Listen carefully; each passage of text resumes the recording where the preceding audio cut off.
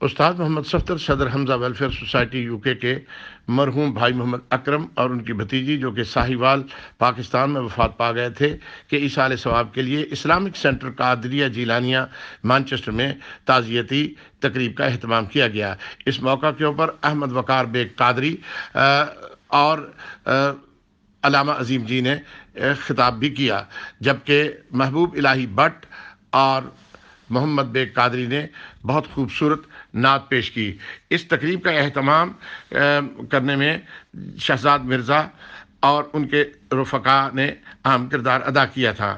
اس موقع کے اوپر عظیم ملک، صفدر بلوچ، محمد اشرف، محمد فاروق، محمد افضل اور دیگر نے استاد صفدر کے ساتھ اظہار تعزیت کیا۔